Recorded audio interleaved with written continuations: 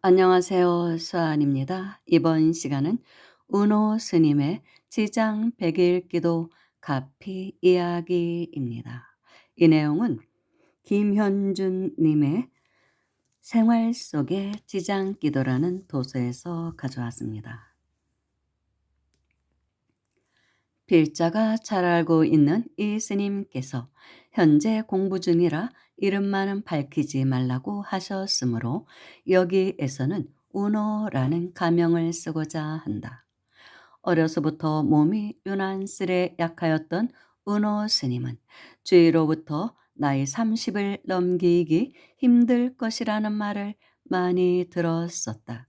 자주 병원 신세를 지면서 근근히 학교를 졸업하고 몇 년 동안 직장을 다니다가 결혼 정년기에 이르러 영원한 생명을 찾는 공부를 하고 싶어 출가를 하였다. 출가 후 스님은 대만으로 유학을 가서 학사학위와 석사학위를 취득하고 귀국하여 다시 강원 공부를 마쳤다. 그러나 부처님의 가르침이 완전한 나의 것이 되기보다는 겉을 맴돈다는 느낌을 저버릴 수가 없었다. 공부를 더 하고 싶었던 은호 스님은 다시 대만으로 갔다. 그러나 약하기 그지없었던 몸은 공부하고자 하는 마음을 따라주지 않았다. 내가 정령 출가 사문일진데 내 모습을 보느니나 내 이름을 듣느니가 환희심을 내어야 마땅하다. 그런데 이렇게 병약하고 무능한 나를 보고 누가 신심을 낼 것인가? 나는 오히려 주위 사람들에게 걱정만 끼치는 존재가 아닌가? 이렇게 슬픈 생각에 잠겨 있던 스님은 때마침 대만에서 유행하고 있던 점찰법, 즉 점찰법은 시박과 십선을 적은 육 같은 모양의 목륜을 던져 전생의 업을 알아보는 법을 말합니다. 스님은 점찰 선악 업보경에서 설한 대로 지장보살의 명호를 열심히 부른 다음 목륜을 던졌다. 그러자 살생업이 많다는 괴가 나왔다. 점찰 선악 업보경은 점찰 선악 업보경, 지장보살 본원경, 지장 십륜경, 그렇게 해서 지장 삼부경의 하나입니다. 선악의 업보를 점치어 살피는 그런 에, 경전이라고 볼 수 있습니다. 손가락 크기의 나무 토막, 즉 윷놀이 할 때 그 육 같은 그런 모양의 목륜을 던져서 괴를 알아보는 것이라고 합니다. 그런데 이제 스님이 그렇게 하셨는데 살성업이 많다는 점괘가 나왔다는 것이죠. 괴가. 그래서 스님이 생각하시길 살생을 많이 한 자는 몸이 약한 과보를 받는다고 했거늘 나의 몸이 약하고 자주 아픈 것이 전생에 업보라는 것을 왜 깨닫지를 못하였던고. 지금 내가 해야 할 것은 그 무엇보다도 죄업을 참회하여 업장을 소멸시키는 일이다. 출가한 후 10년 동안 제대로 기도 한 번 못하였던 지난 날을 돌아보며 스님은 지장 기도를 할 것을 결심하였다. 그리고 그 방법으로 택한 곳이 지장경 전문을 처음부터 끝까지 한 번 독송을 하고 나무 지장보살을 1000번 부른 다음 지장 예찬문을 외우며 158배를 한다. 그리고 지장 예찬문 끝부분에서 지장보살 1000번을 불렀으며 기간을 21일로 정하였다. 스님의 기도 목적은 업장 참회에 있었다. 그런데 막상 기도를 시작하자 원래의 기도 목적과는 달리 집안의 조상들이 꿈에 보이기 시작했다.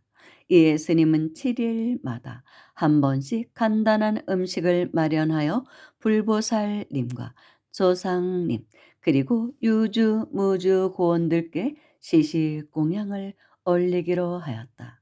그러자 첫 일주 7일째 조상들이 흰옷을 입고 공양을 받으러 오는 것이었다. 이에 두 번째 7일과 세 번째 7일에는 변식 진언을 외우며 영가들에게 공양을 올리는 것을 관상하였다. 음식을 적게 마련하였을지라도 진언을 외우며 관상을 하면 부처님의 위신력에 의해 그 음식이 크게 늘어나기 때문이었다. 그렇게 관상을 하여서인지 스님은 공양이 차츰 뷔페식으로 바뀌는 꿈을 꾸었다. 조상님들은 상을 차려놓은 특별실에서 공양을 들고 유주무주 고원들은 아주 큰 홀에서 뷔페식으로 공양을 하는 모습이 보이는 것이었다. 그리고 세 번째 7일 날에는 모두가 음식을 먹고 천도가 되는 꿈을 꾸었다.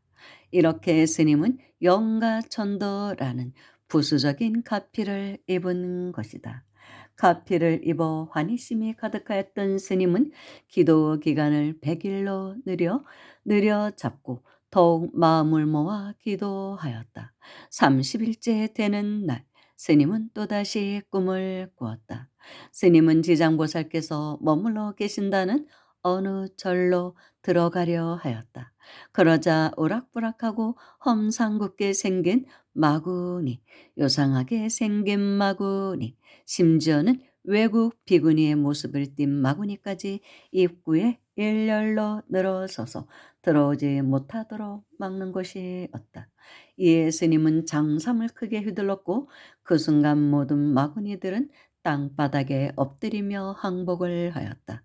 스님이 당당한 걸음으로 절문 안으로 들어서자 허공으로부터 소리가 들려왔다. 수각에서 손을 씻어라. 그 말씀을 따라 수각에 들어가 손을 씻자 오른손을 씻은 물은 새까맣게 변하였고 왼손을 씻은 물은 반쯤 까만 회색 빛이 되었다. 아, 몸으로 지은 신업이 소멸되었구나. 살생 등의 나쁜 짓을 주로 저지른 것이 오른손이었기에 그 씻은 물이 새까만 색, 왼손은 오른손을 도와 나쁜 업을 짓는 보조 역할을 하였기에 그 씻은 물이 회색임을 깨달은 것이다. 이렇게 손을 씻고 신업의 소멸을 느끼고 나자 스님의 몸은 한없이 가벼워졌고 꿈속에서 허공을 훨훨 날아다니게 되었다. 또 며칠이 지나 35일째 되는 날 은호 스님은 한국의 여러 스님으로부터 사민이계를 받는 꿈을 꾸었고 65일째 되는 날에는 비구니계를 받는 꿈을 꾸었다. 이것이 자서수계이다. 불교의 여러 경전에서는 스스로가 지극한 정성으로 참여하고 발언하여 꿈속에서 불보살님으로부터 직접 수계를 받는 자서수계법을 설하고 있는데 은호 스님은 이 법에 의해 수계를 받아 마친 것이다. 그리고 100일 기도를 회항하는 날 스님은 참으로 의미심장한 꿈을 꾸었다. 수많은 사람들이 치료를 받는다며 노천 온천이 있는 지하로 들어가고 있었다. 스님도 그곳으로 가고자 하였으나 줄이 너무나 길어 어떻게 해야 할지 당황하며 서 있었다. 그때 마침 대만에서 함께 공부를 했던 비구니가 앞쪽에 서 있는 모습이 보였고 그 비구니는 스님을 손짓하여 부르더니 자기 앞에 서도록 하였다.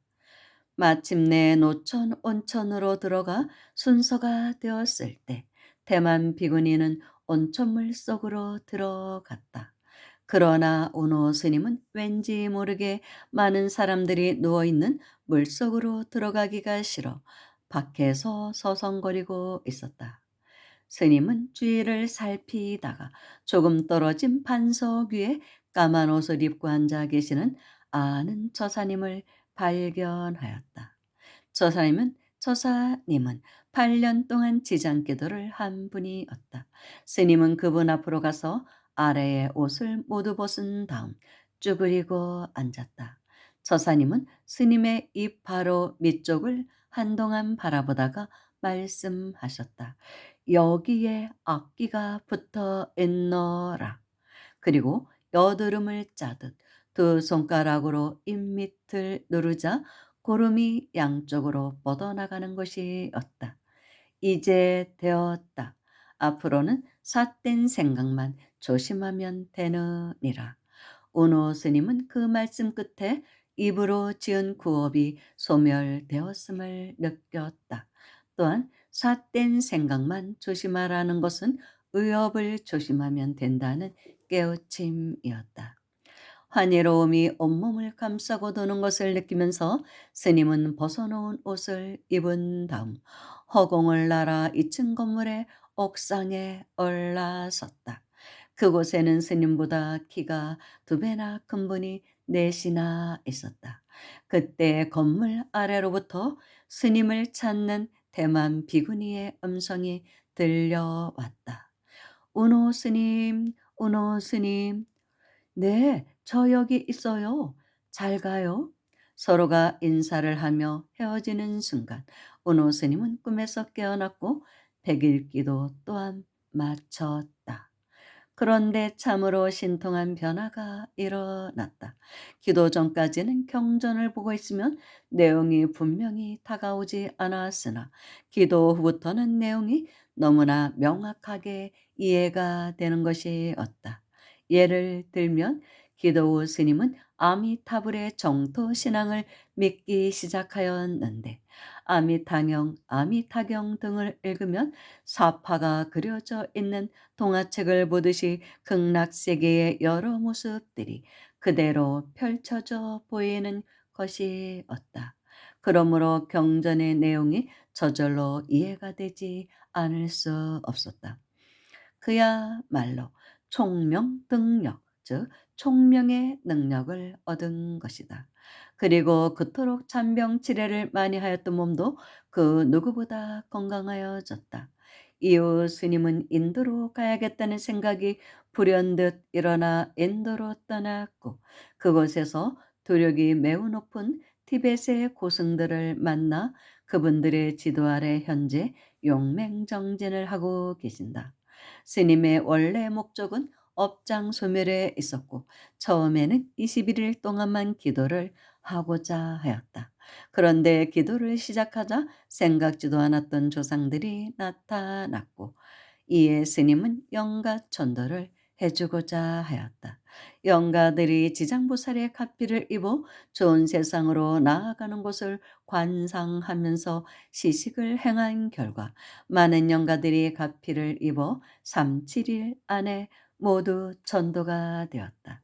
신심이 크게 일어난 스님은 21일 기도를 100일 기도로 연장하여 더욱 열심히 매진한 결과 꿈에서 사민이계와 비구니계를 받는 자서수계를 성취하였으며 몸으로 지은 죄업인 신업이 소멸되는 꿈과 입으로 지은 구업이 소멸되는 가피를 입었다.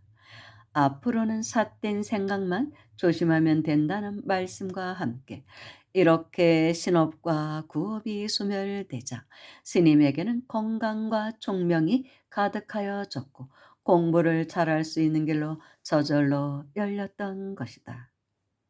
곧 백일 지장기도를 통하여 영가천도, 업장소멸, 자서수계, 총명등력, 건강 및 새로운 스승을 만나 향상의 경지로 나아가는 가피까지도 모두 얻은 것이다. 굉장히 신심나게 하는 그런 신행식이죠. 제가 오래전에 이제 불교의 귀에서 처음 수행을 할 때 사실은 이 글을 만났었습니다.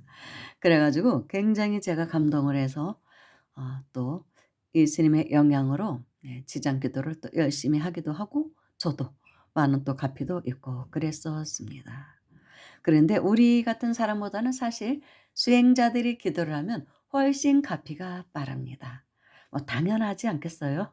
그만큼 몸과 마음도 청정하게 하고 드시는 것도 청정하고 생각도 그렇고 그리고 우리보다는 훨씬 더 근기가 높은 분들이고 용맹정진할 수 있는 그런 여건이 일반 제가 신도보다는 갖추어져 있는 상태이기 때문에 스님들이 기도를 하면 우리보다는 사실 굉장히 가피가 빨리 크게 옵니다. 그런 것 같더라고요. 그래도 뭐 우리도 열심히 해야겠죠. 그래서 처음 이 기도에 입문하시는 분들은 지장기도 많이 하면 좋습니다. 그래서 업을 알아야 돼요. 지장경을 통해서 업이 무엇인지를 일단 알고 참여하는 마음을 갖고 공부를 시작하면서 업을 녹여가면서 시작을 해야 됩니다. 그러다 보면 세월이 흐르면 자신이 업이 많이 녹고 자신의 환경도 많이 달라져 있고 마음가짐도 달라져 있고 내 주변 경계도 많이 달라져 있다는 것을 느끼게 됩니다. 감사합니다.